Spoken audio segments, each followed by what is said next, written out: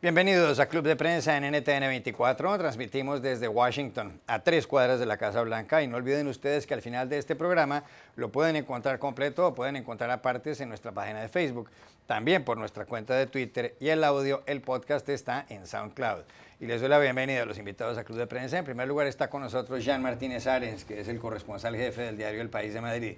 Bienvenido como siempre a esta mesa. Hola, ¿qué tal? Raquel Godos, periodista española también y corresponsal de la agencia de noticias EFE, bienvenida a esta casa. Gracias, Juan Carlos. Y Pepe Díaz Briceño, corresponsal de Reforma de México, bienvenido también. Buenos días, Juan Carlos.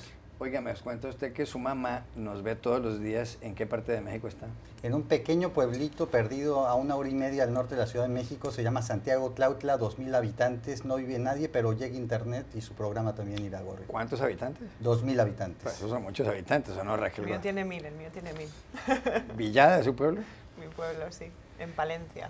Virginia se llama su madre. Virginia Briceño, y es fan del programa de los libros de aquí de Club de Prensa de todos los años. Regresa continuamente a esos favoritos que tiene salvados. ¿Y ayer hubo Día de la Madre en México? Así es, Juan Carlos, llamé Espero diligentemente que a usted haya mandado felicitar. un regalo, doña Virginia. Esperamos que le haya mandado un gran regalo, Pepe, ¿no? ¿Sí? Pronto iré y le daré el regalo. Pues un gran saludo a doña Virginia Briceño, la madre de Pepe Díaz Briceño. Y Jan, hay noticias, bueno, como Jan además fue corresponsal en México varios años y más adelante hablaremos sobre México. Pero mire, hay noticias sobre la reunión que van a tener Kim Jong-un, el dictador de Corea del Norte, con el presidente de Estados Unidos, Donald Trump. Recordemos que el señor Kim Jong-un estaba llevando adelante un proceso para lanzar misiles nucleares y además se pudo demostrar, y eso lo decían los organismos estadounidenses, que ya tenía cohetes de estos que podrían alcanzar territorio continental de Estados Unidos, incluso la costa este, esta costa en la que estamos acá. Hubo un intercambio de insultos entre Trump y Kim Jong-un, unos insultos bastante feos por Twitter y en algunos discursos que pronunció el señor Kim Jong-un, pero finalmente, el pasado mes de marzo, Trump dijo que se iba a reunir con el dictador norcoreano. Se ha fijado una fecha que es el 12 de junio en Singapur, que es una ciudad-estado de la Federación Malasia, además queda más o menos cerca de Corea del Norte. Kim Jong-un vuela normalmente en un avión Ilyushin 62, un avión de la época de la Unión Soviética. También vuela en un avión Antonov, que es un avión ucraniano, pero son aviones que no tienen capacidad de volar muchos kilómetros. Incluso el padre de él, Kim Jong-il, y el abuelo Kim Il-sung nunca volaron, le tenían pavor a volar y siempre se transportaban en tren. Lo cierto del caso es que la reunión va a ser el 12 de junio. Muy propio de los tiranos, ¿eh? Muy propio de los tiranos. Ellos van en unos... El miedo al atentado, porque ellos lo practican. Claro, ellos van en unos trenes. Bueno, pues se van a reunir en Singapur y ayer Donald Trump, el presidente estadounidense, dijo que tenía mucha esperanza en esta reunión, que ellos van a buscar la paz mundial. ¿Qué se puede esperar de este encuentro realmente? ¿Será que aquí van a sellar la paz y van a lograr el señor Donald Trump que Kim Jong-un detenga, como ha dicho que está dispuesto a hacerlo, el programa nuclear? Yo creo que es un todo o nada. Es decir, aquí no, tal y como lo está planteando Trump, no hay término medio. Hay una estrategia dura, una estrategia de acoso al régimen de Pyongyang y en principio parece que le está resultando. Yo no sé si es tanto por la presión de Estados Unidos como por un factor que hasta ahora no había ocurrido jamás en los históricos de las relaciones entre Estados Unidos y Corea del Norte, que han sido siempre muy tensas, y es la intervención de China.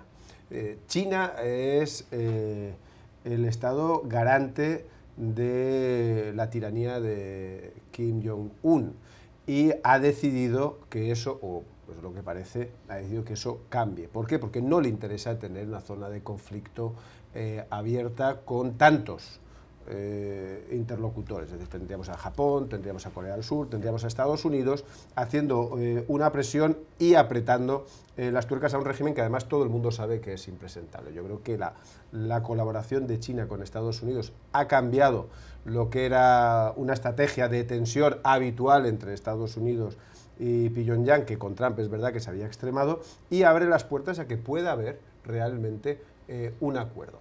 Si este acuerdo finalmente con el paso del tiempo se mantendrá, pues eso es una incógnita. Es decir, hasta ahora el régimen de Corea del Norte ha practicado la decepción, ha mentido, ha escondido armas bajo la mesa.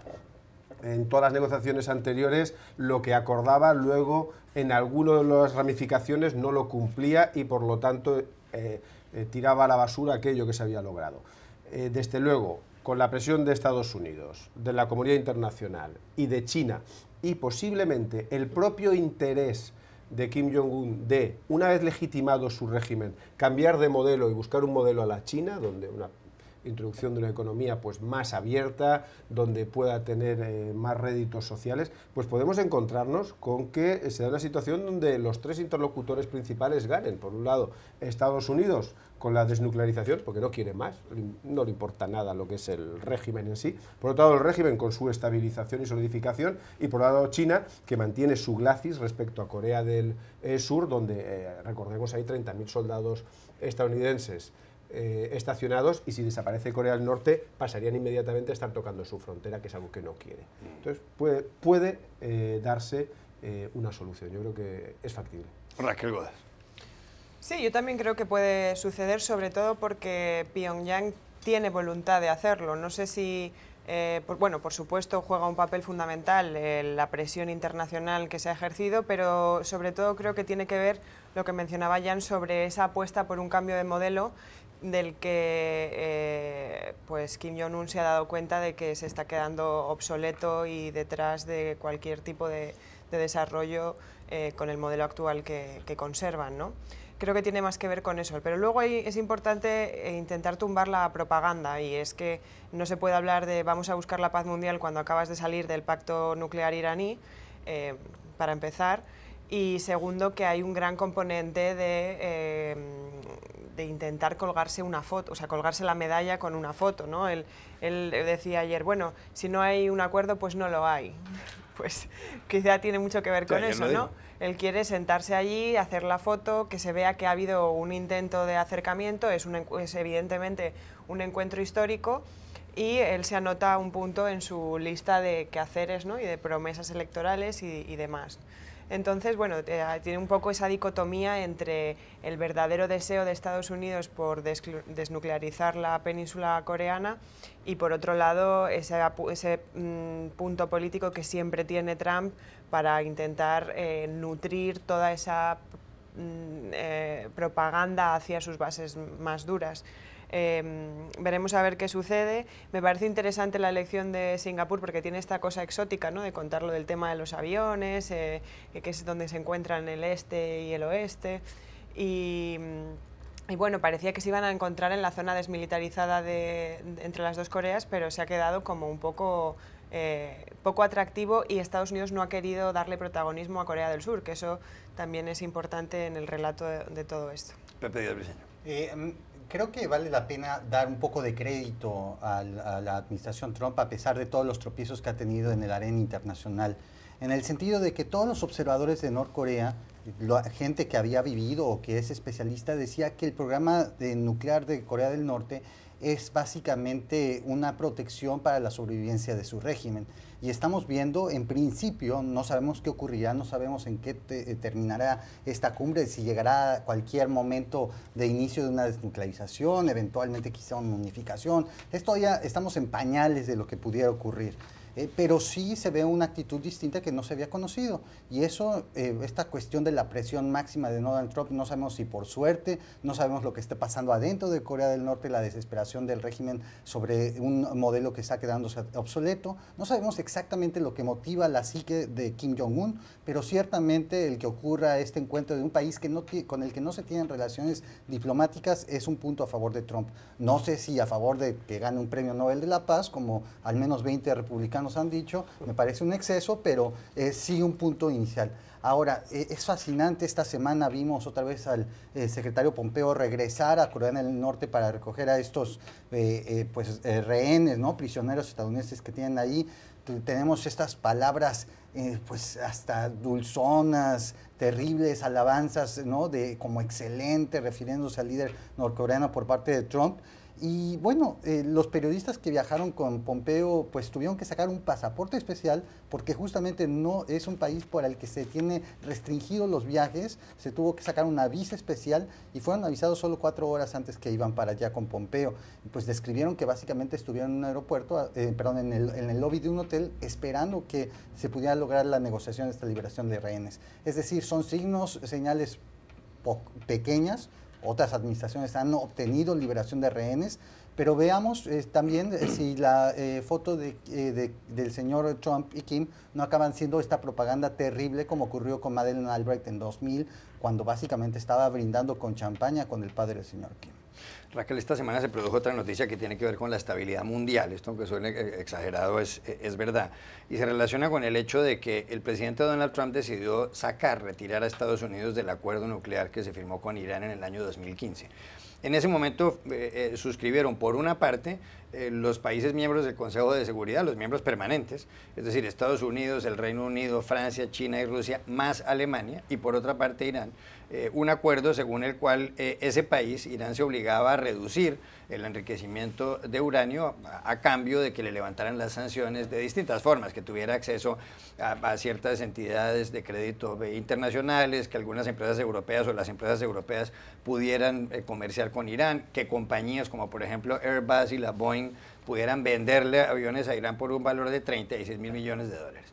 Bueno, Trump decidió retirar a Estados Unidos del acuerdo, a pesar de que en sentido contrario se habían expresado gobiernos como el de Emmanuel Macron, el presidente de Francia, el de Angela Merkel, la canciller federal alemana, el de Theresa May, la primera ministra británica. En cierto modo hubo una especie de ruptura entre Europa y Estados Unidos. Hay artículos no solamente en el periódico El País de Madrid, sino en el New York Times acerca de este asunto y dan cuenta, en el caso del País, y por supuesto la agencia EFE lo reportó también, de una reunión en Aquisgrán, una ciudad alemana que está justo en la frontera con Francia, la ciudad donde además le encantaba estar a Carlos V, el emperador.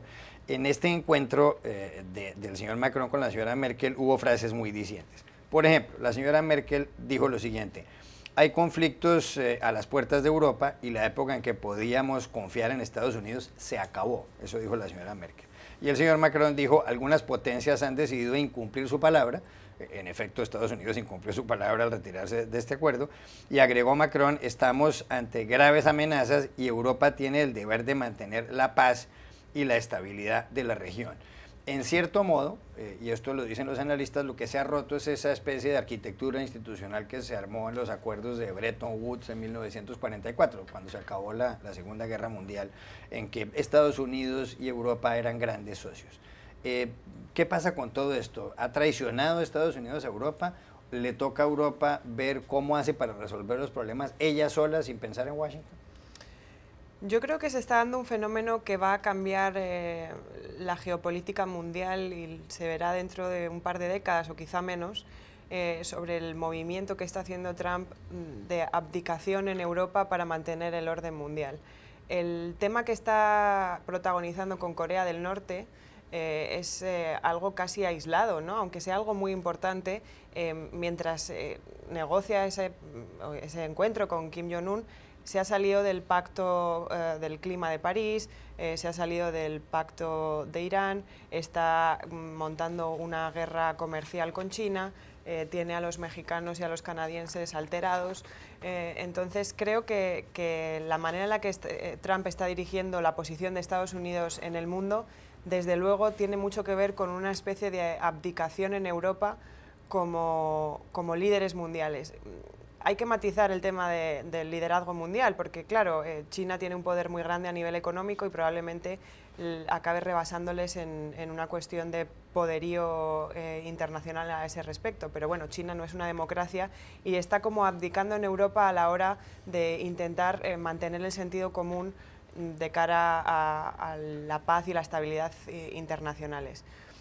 La salida del pacto de Irán es que no hay manera de explicarlo si no es por, uno, creo, que toda su obsesión es acabar con cualquier cosa que dejara Obama en su legado. Dos, que no creo que ellos mismos sean conscientes o sea, creo que son conscientes de las implicaciones internacionales, pero es una manera de complacer a su amigo israelí, que bueno, necesariamente Obama no estaba en contra de Israel, porque ser presidente estadounidense y estar en contra de Israel es algo muy difícil, pero sí tenía una relación muy compleja con Benjamín Netanyahu, el primer ministro. Exacto. Entonces, bueno, creo que a nadie se le escapa que la salida del Pacto de Irán no tiene una justificación objetiva. La Agencia Internacional de la Energía Atómica determinó que Irán no había roto el pacto. Bueno, yo creo que las potencias europeas, incluso Rusia y China, van a intentar mantener dentro de lo posible los parámetros del pacto, y que Estados Unidos, como hicieron con el Pacto Climático de París, y Estados Unidos se va a quedar paulatinamente aislado en la esfera internacional. ¿Le va a tocar a Europa seguir navegando sola, ya que se bajó del barco Estados Unidos? Yo creo que es evidente, es decir, lo que ayer dijo Merkel, ya lo había dicho hace un año y Trump no hace más que confirmarlo. A mí lo primero, me llama la atención la sorpresa. No hay sorpresa, esto lo dijo Trump como candidato. Es decir, Trump, si algo se está distinguiendo, es por ser previsible. Tengo que hablar de la imprevisibilidad de Trump, será imprevisible en sus tweets y los horarios de sus tweets, pero en sus consignas políticas está cumpliendo a rajatabla, yo creo que como muy pocos candidatos en el mundo, sus promesas electorales. Lo que pasa es que, claro, creíamos que eran tan desaforadas que no las iba a cumplir, pues las está cumpliendo. Yo creo que tú lo has señalado muy bien, se ha roto el orden que se estableció en Bretton Woods después de la Segunda Guerra Mundial. Es decir, no ha roto solo la relación transatlántica, ha roto con la historia. Es decir, dicho quizá de una forma enfática, pero hay algo de eso. Trump quiere reescribir, posiblemente en su enorme ignorancia de la política internacional, está reescribiendo lo que son los equilibrios mundiales. Es verdad que está abandonando a Europa y está volviendo a buscar aliados privilegiados, es decir, lo que hemos visto con Macron, que además habrá que ver si Francia se mantiene tan alineado como dice con el proyecto europeo o juega al excepcionalismo francés, que ha sido norma desde De Gaulle. Es decir, ellos siempre aprovechan para estar, qué casualidad que haya venido él aquí, qué casualidad que hayan estado en Siria. Es decir, veamos a ver cuánto se mantiene ese proyecto europeo. Pero en general él está cambiando los equilibrios. En Oriente Próximo tiene la agenda de Israel, no hay que darle más vueltas. Es decir, es la agenda de Israel, todo lo que ha hecho. Bueno, es de el hecho, pacto. Israel está atacando a intereses, Eso es. algunos enclaves de Irán en Siria. Y el lunes tiene el movimiento de la embajada a Jerusalén, que es lo que lleva pidiendo Israel y sobre todo Netanyahu desde hace muchísimo tiempo, y luego el pacto con Irán se explica, entre otras cosas, por eso. Luego es verdad, lo que he dicho muy bien, el odio al legado de Obama, que eso, que se puede traducir en términos psicológicos, luego en realidad es rentabilidad electoral. Es decir, Trump tiene intuición política. Toda esta política exterior le sirve en el tablero interno. Ahora mismo está mejor que nunca en las encuestas. Ahora mismo vive bonanza económica Estados Unidos. Hay pleno empleo, 3,9% de paro. Es la nada de paro. Es decir, casi es un paro obligado para que haya movimiento y recambio en los empleos. Es decir, le está saliendo bien esta jugada. Y si en Corea del Norte le va bien y China está dispuesto a ello, este hombre va a coronar un buen año, que además, no lo olvidemos, es el año que más le importa porque tiene elecciones. Elecciones en las que si cambia el equilibrio de la Cámara, la posibilidad de que su mayor escándalo interno, que es la trama rusa, estalle y derive en un posible impeachment, si no tiene el control de las cámaras, puede tener daño. Pero si tiene el control de las cámaras, con la economía en alza y un presidente bien valorado, evidentemente que los republicanos no harán el harakiri de permitir ese impeachment. Con lo cual, yo creo que efectivamente él está jugando a un cambio de equilibrio, y yo lo que creo es que los europeos todavía no han visto que eso lo está haciendo en términos de política interior y de beneficio propio, y que de momento le está saliendo bien, lo cual no quiere decir que dentro de 1 o 2 años no veamos el enorme colapso que provoca esta política, que yo creo que es nefasta para el mundo, pero que en cualquier caso, en este momento, lo que parece Merkel, más que una consigna de futuro, es un pataleo de alguien que además no es capaz, y eso lo ha señalado bien Macron, de romper la política torticera europea basada en el superávit comercial, que es muy pesada. Que es alemana, es la política alemana, que es una de las acusaciones además que tiene la administración estadounidense contra Europa, es decir, que no hace una política europea, una política que básicamente lo que favorece son las exportaciones alemanas, y en España lo hemos sufrido durante años. Es decir, solidaridad en Europa hay a cuentagotas. Y cuando lo decide la señora Merkel, no cuando dicen los europeos. Es decir, Europa también tiene un paquete de contradicciones que debería intentar resolver, pero que en cualquier caso estamos, yo creo que tú lo has señalado muy bien, con el fin del orden establecido en la Segunda Guerra Mundial. O sea, Trump está gobernando para su electorado. Totalmente. Para sus votantes. Trump trabaja para volver a ser reelegido. Lo cual no quiere decir que sea lo mejor para Estados Unidos. No, ni que dentro de 2 años no tenga una crisis inmensa, pero en el corto plazo, él es cortoplacista. No nos equivoquemos, él le está saliendo bien. Es decir, ¿va mal la economía? No. ¿Va mal en las encuestas? No. ¿Las jugadas políticas están saliendo? Hombre, pues con sus aliados israelíes están muy contentos. En Corea del Norte tiene a China... Hay una masa de acuerdo en lo que él percibe como acuerdo, a él le importa, él es aislacionista, y yo creo que le importa muy poco el resto del mundo, ¿no? Claro. Y es verdad, como señala Jan, que él está pensando en las elecciones legislativas del próximo mes de noviembre de este año, en donde se va a renovar la totalidad de la Cámara de Representantes, los 435 escaños, y 1/3 de los 100 del Senado. Recordemos que para que haya un impeachment, un juicio político, se requiere que la Cámara acuse, por ejemplo, al presidente ante el Senado, y que actualmente ambas corporaciones tienen mayoría republicana. Pepe Díaz Briceño. Sí, hay que decir también una anotación de que es poco probable que la política exterior influya en las elecciones. En todos los países la política exterior no gana las elecciones, pero eso sí, el nacionalismo gana una elección. Ahora, creo que visto desde fuera de Estados Unidos, visto desde fuera de Europa, no hay momento más importante que se necesite Europa que en este momento. El problema es que a pesar de los discursos de los líderes, de Macron, de la propia Merkel, yo no estoy tan seguro que los europeos en la calle reflejen ese sentimiento a favor de una Europa líder, porque estamos viendo pues movimientos terribles en lugares como Hungría, en lugares como Polonia, el euroescepticismo en lugares como Italia es tremendo. Realmente hay una crisis al interior de la propia Europa sobre el modelo, la falta de acuerdos sobre la política de inmigración es una clara muestra de lo difícil que es esto, pero no hay momento más importante que salir al liderazgo, sobre todo en defensa del modelo multilateral que en este momento. Los países débiles dependen del modelo multilateral para poder tener influencia en el mundo. La ONU no solo existe por razones humanitarias, sino también porque le permite a pequeños países, por ejemplo de América Latina, tener una voz que no podrían tener de otra manera. Ahora, Trump está obviamente capitalizando también lo que se percibe como un antielitismo en Estados Unidos. Claramente, en las bases, los que hemos viajado aquí al estado de West Virginia, a la Virginia Profunda, en distintos lugares, pues realmente no están conectados con esta comunidad internacional, están preocupados por la falta de empleos, la crisis de los opioides, realmente temas sociales que en principio no ven que les afecten directamente, como matrimonio igualitario, ¿no? Los derechos de las mujeres, pero realmente esa parte de conquistar a ese electorado que de alguna manera es escéptico del sistema internacional es algo donde la oposición demócrata tiene mucho trabajo que hacer. Ya regresamos a Club de Prensa. Volvemos a Club de Prensa en NTN 24 desde Washington. Pepe, hay elecciones en su país en dentro de un mes y 3 semanas prácticamente, 1 mes y 20 días en México, el 1 de julio. El presidente, quien gane las elecciones, en México no hay segunda vuelta, quien gane las elecciones se posesionará el 1 de diciembre y reemplazará a Enrique Peña Nieto, el presidente del PRI. Según la última encuesta que publica su periódico, el diario Reforma, si las elecciones fueran hoy, ganaría Andrés Manuel López Obrador con el 48% de los votos, porcentaje alto, casi la mitad. En segundo lugar estaría Ricardo Anaya, un candidato que va en representación de una alianza del PRD y del PAN y de un Movimiento Ciudadano.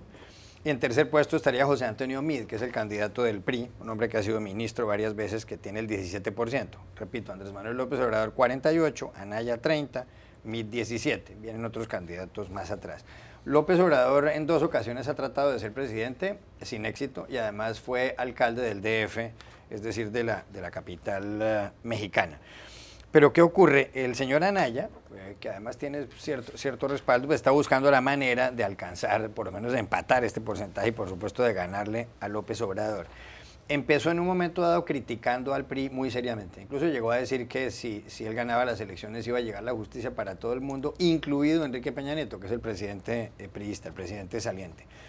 Pero luego, en algún foro, dijo que estaba dispuesto a hablar, incluso con los del PRI, a ver cómo podría lograr atajar a López Obrador. Dentro de los hombres próximos al señor Anaya, algunos dicen que tiene que ser más suave con el PRI en las actuales circunstancias, como Santiago Cril y Damián Cepeda. Otros dicen que debe ser mucho más duro con el PRI, como el señor Agustín Barrano, uno de los hombres más próximos a Ricardo Anaya. Aquí la pregunta es, ¿la tiene muy complicada Ricardo Anaya en el sentido de que está nadando entre dos aguas?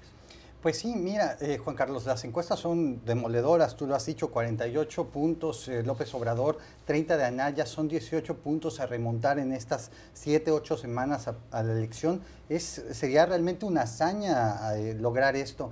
Y hay que decir, los principales temas de la elección son la violencia y la corrupción. Todas las encuestas lo muestran así. Después viene la economía, vienen otros temas, pero la política exterior no, también muy interesante, pensando en Trump acá. Pero violencia y corrupción están hasta arriba.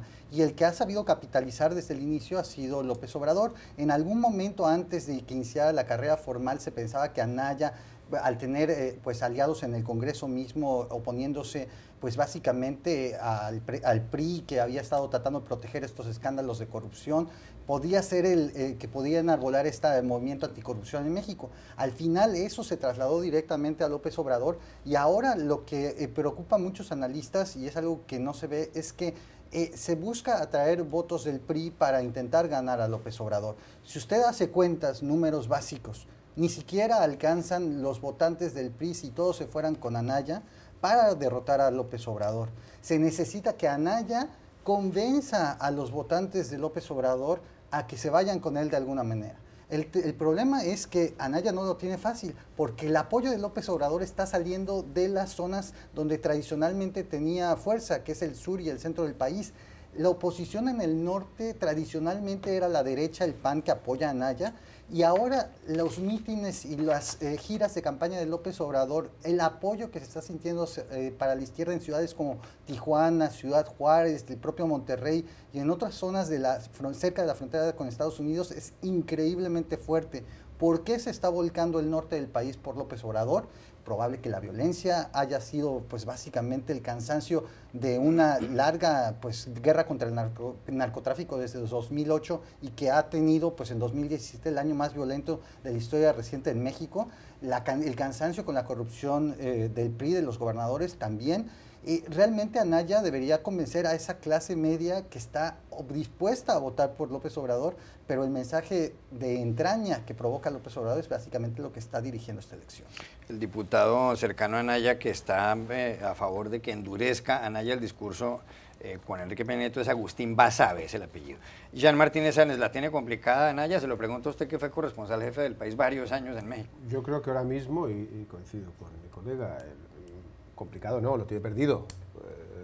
No le veo capacidad para remontar, y estas dudas de última hora lo que demuestran es su debilidad esencial. Es decir, ¿voy con el PRI o voy contra el PRI? No, pues un candidato es fuerte cuando va con su programa, cuando va con su personalidad, duela o no duela al PRI, haga o no haga daño a López Obrador. Lo que tiene es que convencer al electorado general y no solamente al electorado de su partido, que parece que es a lo que se ha dedicado hasta ahora. Yo creo que AMLO, López Obrador, tiene las elecciones prácticamente ganadas. Es verdad que nunca se puede decir que ha ganado hasta que no se ve el voto, y menos en México por los antecedentes que hemos visto. Cabe la posibilidad de un escándalo, cabe la posibilidad de un error, cabe cosas que puedan pasar, pero en la trayectoria normal de una democracia normal, este diferencial ya le da por ganador. Recordemos que México es un sistema a una sola vuelta y gana el que más votos tiene en la primera vuelta, y ahora mismo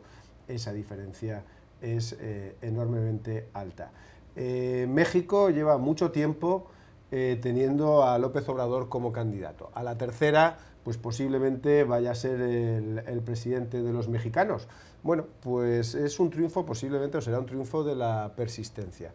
Y Anaya yo creo que no es un mal candidato, pero sí que recoge un legado histórico malo.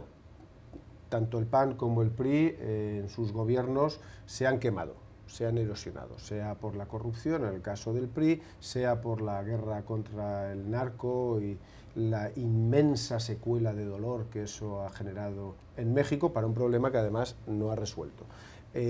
Son frutos amargos que yo creo que ninguno de los dos candidatos que están en liza con López Obrador han conseguido superar, y López Obrador simplemente con permanecer le basta para ganar en este momento.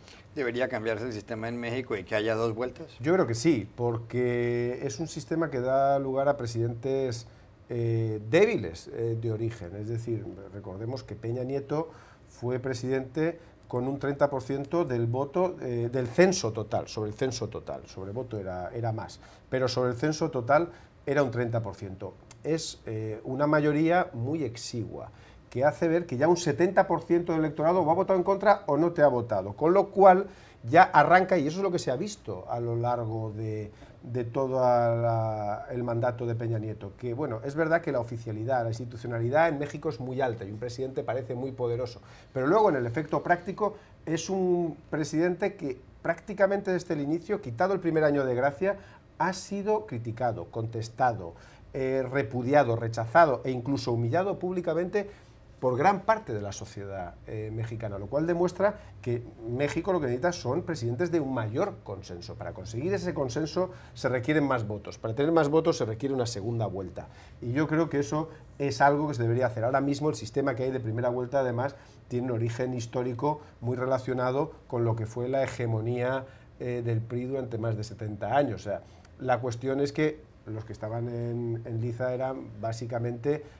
candidatos del PRI o de sus satélites, con lo cual no daba igual la segunda vuelta, pero ahora que estamos en una democracia real, yo creo que ya toca cambiar.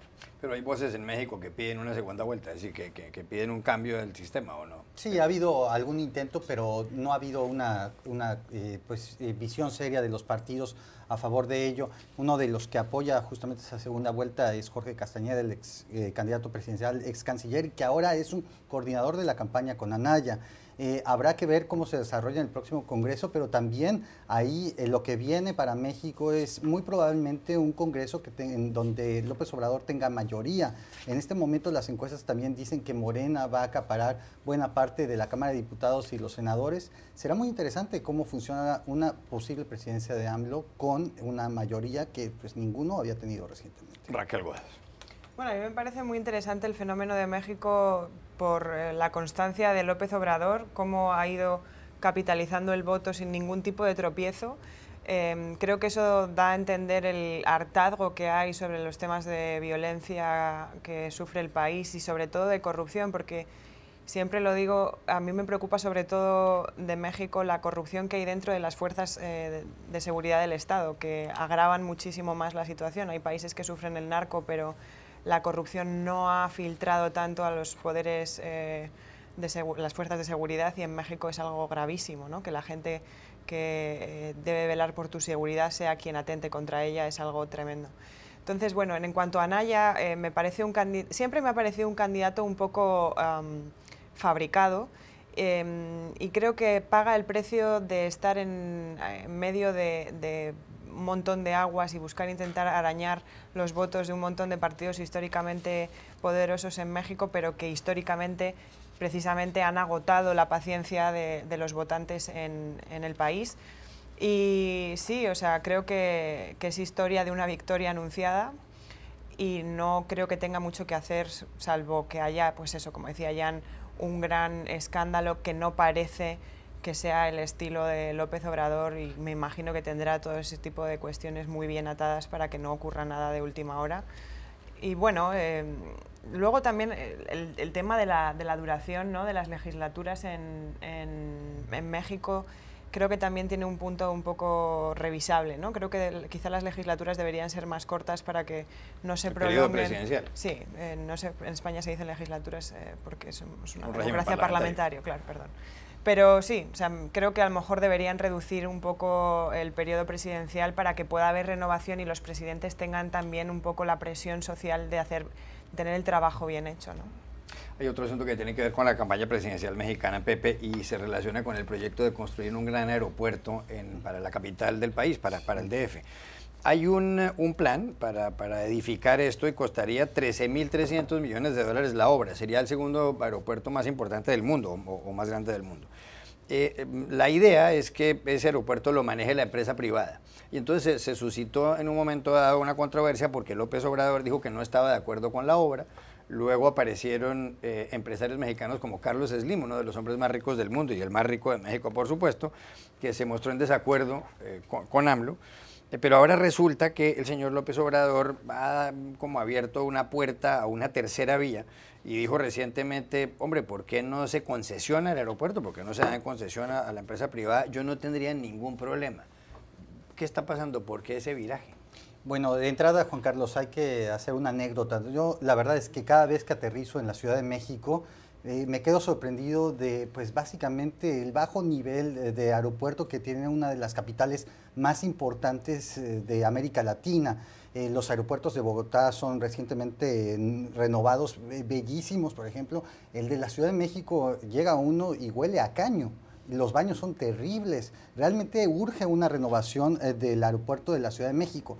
Ahora, ¿qué manera de hacer un nuevo aeropuerto? Pues ese es el debate en el que se ha centrado, y para López Obrador la oposición a la construcción del aeropuerto en un terreno que era un antiguo lago, pues básicamente se ha vuelto, lo describen en México algunas personas, como lo que funcionó en Estados Unidos en la campaña presidencial, el muro para Trump. Un símbolo de ir en contra del establishment, un símbolo de ir en contra de, pues, básicamente los privados que él considera se han aprovechado del país. Ahora, él encuentra esta solución de concesionar totalmente el aeropuerto, saliéndose de la polémica y básicamente, pues, finalmente tratando de calmar esas críticas. La revista Business Week publica su primera portada sobre la elección mexicana y dice: México loves AMLO, México ama a AMLO, y abajo dice business not that much, los negocios no tanto. Y esto te habla realmente de una fractura que hay, que a través de esta decisión de tratar de concesionar completamente a los privados busca subsanar AMLO. Hay que decir, la gran pregunta es cómo gobernará López Obrador si es que es elegido.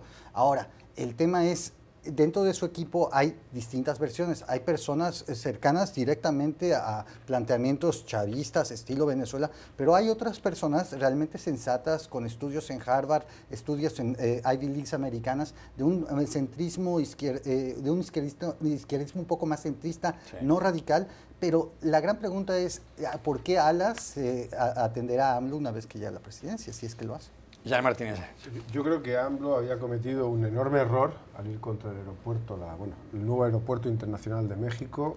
Es una obra necesaria, es decir, hay que recordar que la Ciudad de México es una ciudad de 25 millones de habitantes, es decir, y tiene un aeropuerto saturado al 100% y donde hay riesgo diario de accidente, lo dicen los técnicos, todas las evaluaciones externas, es decir, mantener ese aeropuerto es un riesgo inmenso para el país. Y el proyecto de hacer una obra nueva era un proyecto que estaba consensuado además con las grandes fuerzas políticas, es decir, no solamente era un proyecto del PRI, que AMLO ahí jugó la papeleta populista, demagógica, no quiero ese aeropuerto. Y ha rectificado yo creo que con gran inteligencia y cuidado, ha rectificado después de que interviniese Slim. Qué poderoso es Slim, ¿eh? Claro. Es decir, qué casualidad que justo cuando ha intervenido Slim, hasta AMLO cambia. Y casualmente, de hecho, hay gente en su equipo, yo conozco bastante gente en su equipo, muy inteligente y muy capacitada. Y ha hecho una jugada que ha metido un gol a su contrario. Es decir, ahora mismo el gran estatista, el hombre del defensor del Estado, se ha vuelto más liberal que ninguno. Que el aeropuerto sea una contrata privada completamente, es lo que está ofreciendo. Cosa que además a los empresarios, al señor Slim, le encanta.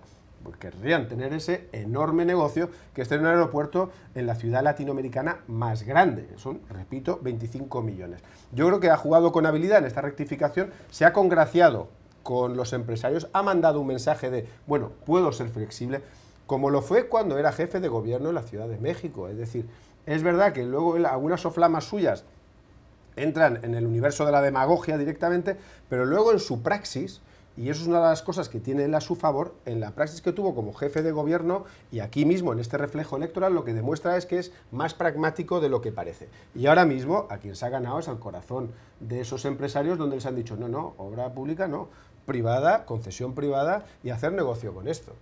Raquel Godos, 30 segundos. Bueno, me parece interesante que tenga esa capacidad de rectificación, entre otras cosas porque se acusa a la izquierda en general y a la latinoamericana en particular de ser extremadamente chavista, cuando no tiene por qué serlo, en el sentido más pragmático de la palabra, es decir, que la izquierda sea capaz de negociar con otros poderes fácticos y con las empresas. Y por otro lado, me parece importante, y voy a apelar al tema bogotano. Sí, sí.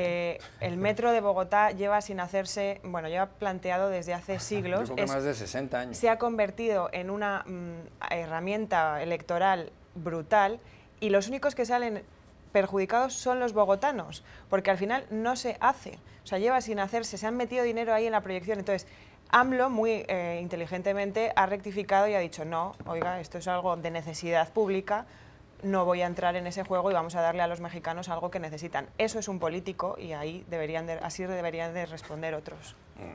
Ya regresamos al Club de Prensa.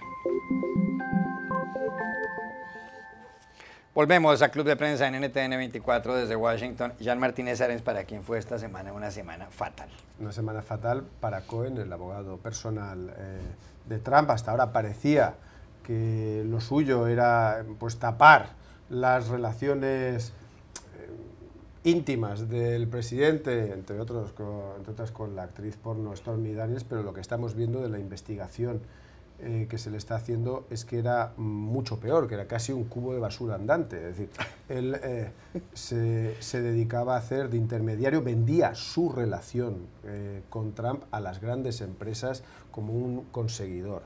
AT&T, Novartis, pagaban por tener acceso a Trump o conocimiento, no se sabe todavía si hubo algún tipo de acceso, pero sí conocimiento a esa administración que iba a tomar decisiones muy importantes que les podían afectar, como fusiones de empresas o decisiones estratégicas en el campo fiscal.